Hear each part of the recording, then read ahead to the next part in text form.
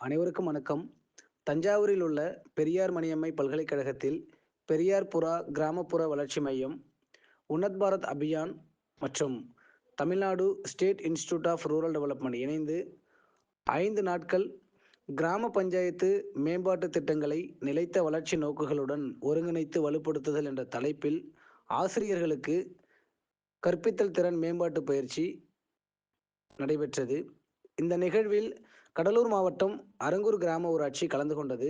இந்த கிராம ஊராட்சி கலந்து கொண்டதற்கான நோக்கம், சிறப்பாக கிராம வளர்ச்சி திட்டம் தயாரித்தல், அதனை செயல்படுத்துதல், 9 கருப்பொருள்களை அடைவதற்கான நோக்கத்துடன் செயல்படுதல், நீடித்த நிலையான வளர்ச்சியை அடைவதற்கான அந்த இலக்குகளை நோக்கி பணி செய்தல் என்ற பல்வேறு தலைப்புகளில் பணியை மேற்கொண்டதால் கிராம ஊராட்சிக்கு அந்த வாய்ப்பு கிடைத்தது.